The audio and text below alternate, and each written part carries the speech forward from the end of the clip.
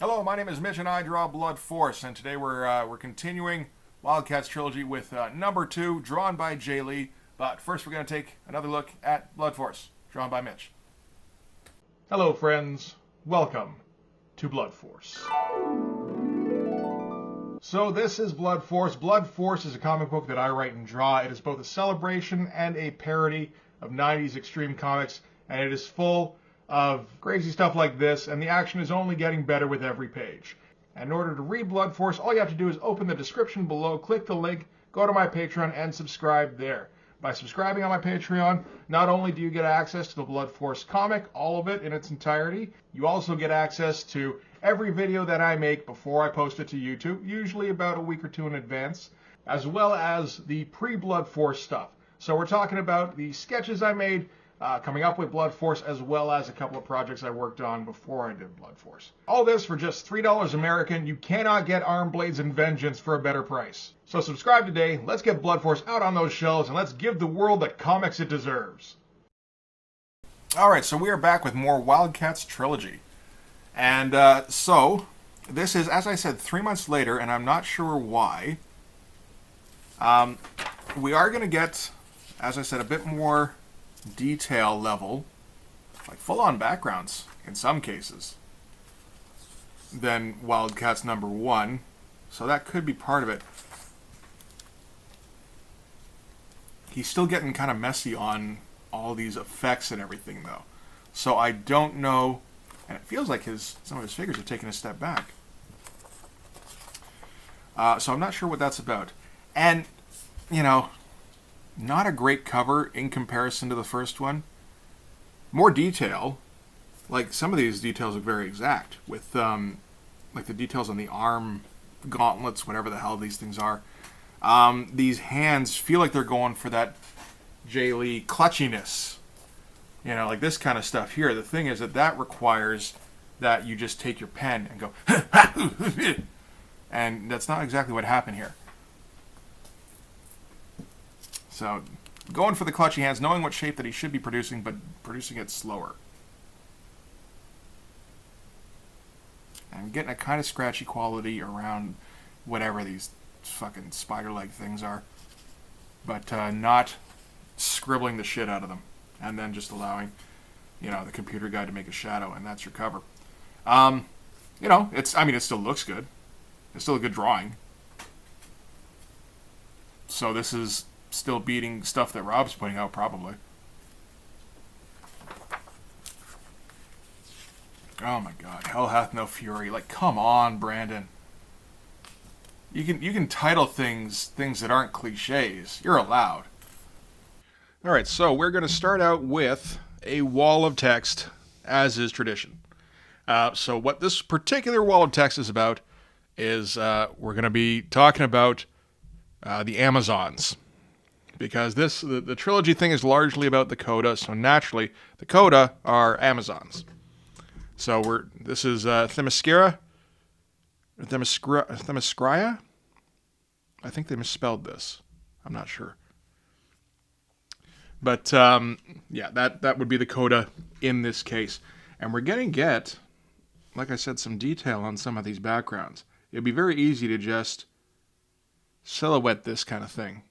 But he didn't do that. And I like the white border here too. It's interesting. And again, yeah, pretty detailed backgrounds here. We're gonna get some actual, like, just plants.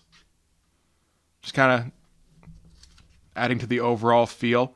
And this is the Queen of the Amazons with a bit of an elaborate costume. A lot of detail in the hair. So yeah, we're seeing an interesting page layout. It feels like what we're seeing is a Jae Lee who is trying to put more into his artwork.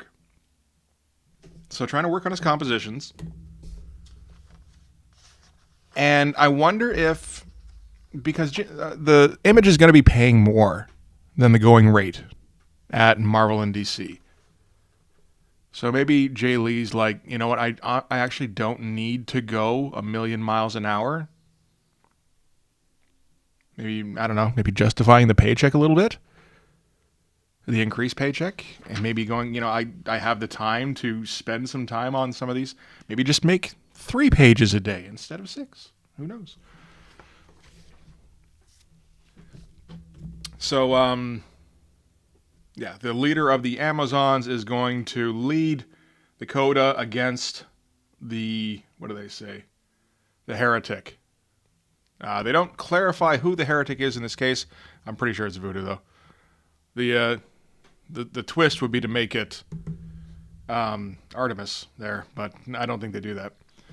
So, we're going to sum up the last issue with way more text, again, and cover up some of this pretty cool page. That's not okay. And again, yeah, putting more detail into these skull heads, because before they were just kind of silhouettes in the background. See? Way more detail on her. Way more detail on the person in the foreground here. Even more detail on like the hair. Same with him, where he's not just a looming shape, he's actually a dude posing. The only problem is there's no context here. There's no background, and we don't know what he's standing on, and these guys are just kind of disappearing into nothing after their skull heads.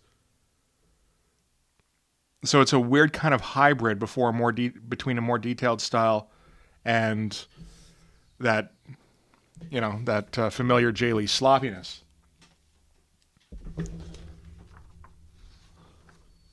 So, the deal with Zealot and Artemis is Zealot, of course, trained Artemis, and then they had a situation where there was a fight. Zealot refused to kill Artemis, which dishonors Artemis, and she's been looking for revenge ever since. So they're going to have a Coda fight, and these are, again, they're. This feels like he's going for that looser style a little bit, but it doesn't have quite the same energy. Like this kind of does. A little bit here and there, but yeah, because he's bearing down, maybe gripping that pen a little bit tighter. I don't know. It feels like it lacks a little bit of intensity.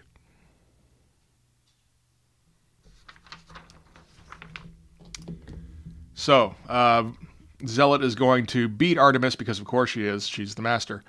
And the Artemis has promised that if Zealot does defeat her, then her and Grifter can go free. Hightower's like, no, they can't.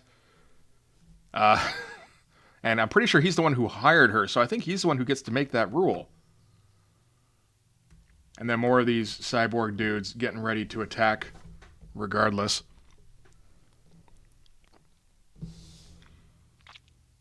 And yeah, this is not that energetic kind of pose, kind of style. This is a bit more studied. Still looks great. And like crazy panel designs here. The page layouts. But you get that through line still with the, I guess, caused by the Coda blade here. I'm not sure how it works exactly. Or how you come up with this. That's pretty wild,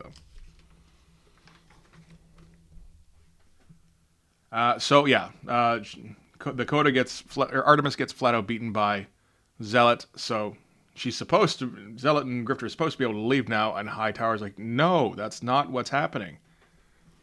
You know, yeah, either you surrender or both of you die. That's it. And pretty cool shot. That's getting some intensity back. But yeah, he doesn't look nearly as half dead here as he did in the last issue. And then the Wildcats poured in. Because they've been alerted that Grifter was having trouble, remember. And we get wall of text again. So much text. We can't just have a cool looking page with like like Liefeld knows.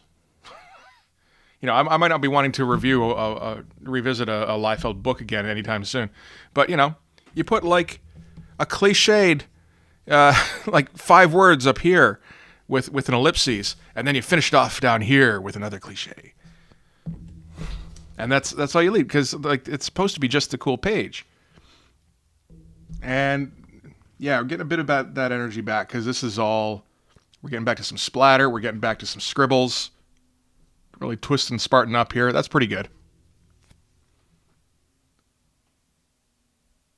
And Hightower here takes possession of Voodoo and uses her sight to, he's going to turn her against her Wildcats buddies, which, we did see her do during the training session earlier on, so that's something. And we get these kind of trading card shots of Warblade and Maul. It is Maul, right? Yeah. With descriptions of their powers and stuff. And it's, oh, okay. And that's kind of all we get. Just those two.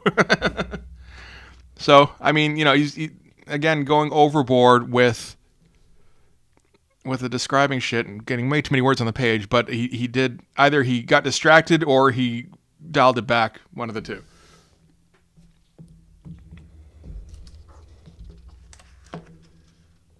Yeah, this feels like Jae Lee doing Jae Lee in this case, and not quite having the energy for it, or not being able to project the energy for it.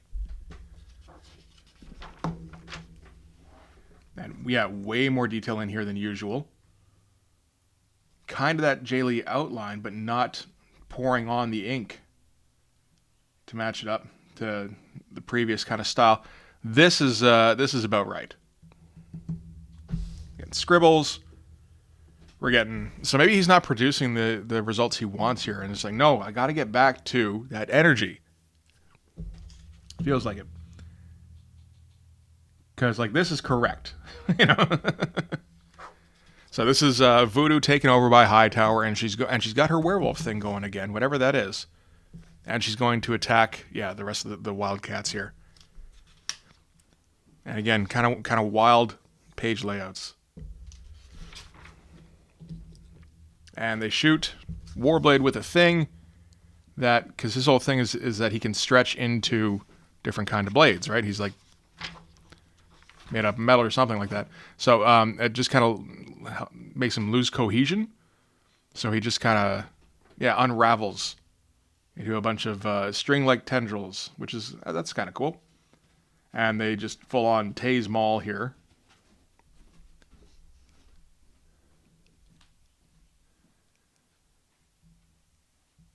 And Voodoo attacks Grifter. I did kind of forget to mention that Voodoo's wearing her new outfit here, isn't she? Pretty sure. Yeah, this is the new outfit as of Wildcats number 5, I believe. So it didn't exist in Wildcats Trilogy number 1. Although she's not wearing it there, so maybe that feels like just the colorist got it wrong, though. So yeah, anyway, the team gets pretty easily taken out here, where they unravel Warblade, they tase Maul, and I guess they just kind of straight up shoot Voodoo in the head here by the looks of it. And Voodoo wolfs out. They shoot Void in the head. I'm not sure what I said there. I think I might have said Voodoo. So now I'm just going to mix them up the other way now. But Voodoo werewolves out on Grifter, takes him out, and takes out Emp fairly easily, and they just kind of win. So that's all right. And then these Amazons are going to create an interdimensional portal to go and hunt down the heretic. And that's what all this says. But yeah, not nearly as much sloppy energy coming out of that pool there. That looks fairly interesting, the portal, but yeah, he's slowing it down again. This is, and then we get a flashback to exactly why Artemis and Zealot are having their falling out. And it's basically the Trojan War. So instead of, this is Menelaus and Odysseus seeking the aid of the Amazons against the Trojans, and the Coda agree to help them out, and they're the ones who sneak into Troy using the horse there. And we're gonna get some more energy here, so that's cool. Some background detail though, that's nice. So we're getting a bit of a better mix on this page. And the break between the two comes when voodoo is... See, I did it again. They're not all voodoo. They're all void. Come on, get it right. Okay, so Zealot is having some problems slaughtering innocents. And Artemis is her pupil. She's like, no, there are no innocents. We're hired to kill everybody, so we're going to kill everybody. They get to the royal family, and Zealot finally decides, no, we're not going to slaughter the royal family. All right? And this is interesting because this almost looks like Joe Quesada. I wonder if that's part of the influence. You don't see very much of it, so I'm going to guess not. But so Artemis insists on killing the royal family, and Zealot defends them, and should kill Artemis in this situation, but declines and leaves. So Artemis swears revenge, but not too much revenge, because we're not going to bother hunting her down for another, 2,500 years? Something like that?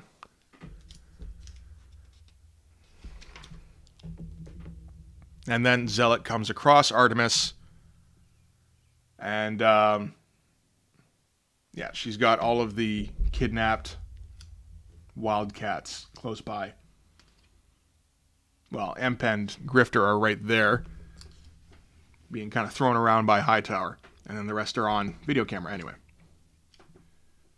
But yeah, again, we're got some scribbliness, but focusing on some detail. So not too sure what to make of it. And so they have to fight to settle things again. But as they do, the Amazons teleport into the situation, and they're going to hunt down the heretic, which is, as I said, I believe, Zealot. But this doesn't look like Jae Lee at all. This kind of does, again, except for all the it's, and you think about that last issue with that flip to any page quality. There's a little bit of that in here, but not nearly as much. And there's a few candidates for pages where that would have worked, but it wasn't quite played off right. This is probably one of the better pages, but it still doesn't feel like it's 100% there. And issue 1 was any page you flip to just about had that I should buy this feel to it. Not nearly as much in this one. And this is kind of because we had this ad in the last issue. And it's wait a minute, what did this says coming soon. This one said coming in August, but this book is dated as of September. So I guess that didn't happen. But we're going to get a little bit of a preview of what is in it. So we are drawing pages. They're just not all done yet. But we're going to see what the early Travis Charest pages look like. And in black and white, that stuff looks pretty incredible. This is also inked by Scott Williams, too. Which you can see with some of the precision of the lines here. I guess this is Voodoo taking up her Coda training. Got a thing here. It looks like Arnim Zola.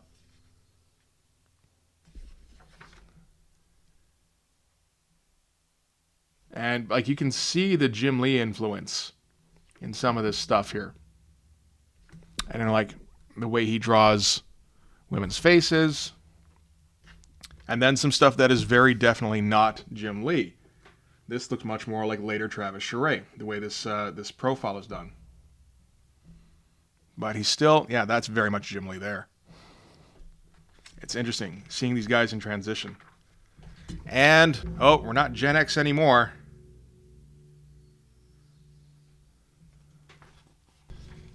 We're going to get some Jae Lee Sky Caps. I assume because Pogs is copyrighted. I picked up a bunch of these at that one convention I went to. I actually might still have a couple. We'll see. If I have Pogs, I'll bring them by for Wildcats Trilogy number 3. And the Killer Instinct crossover is starting up soon, which makes sense. Well, wait a minute. No, it doesn't, because they were saying Wildcats number 5 was coming out soon. And that's the beginning of the Killer Instinct crossover. And now they're just talking about Wildcats number 6 3 months later. Okay. Anyway. So that's it for Wildcats Trilogy number 2. Which is interesting. It still has some of that Jae Lee sloppiness, but not nearly as much as previously. And it feels like the book suffers a little bit for it. Where it feels like he's not sure exactly what to do with the pages. I don't know. I mean, I might be reading into it way too much there. But this feels like an evolution of Jae Lee. And I think about the stuff that he put out in Hellshock, which wasn't too much later, but which was quite a bit more detailed, I think. So maybe this is moving towards that. That's interesting. But, so that'll do it for this one, I think. Thanks for watching. If you like this video, please hit like, hit subscribe, hit the notifications. Go and follow me on Twitter. More importantly, go subscribe on Patreon. That's where all these videos go before they make it to YouTube. And they usually get there about a week or so in advance. So, for instance, this entire trilogy will be sitting there right now, as well as probably the next one. We'll see how that goes. As well as all the Blood Force pages. Everything for that ends up there, including process stuff and a few Patreon exclusives. So go check that out.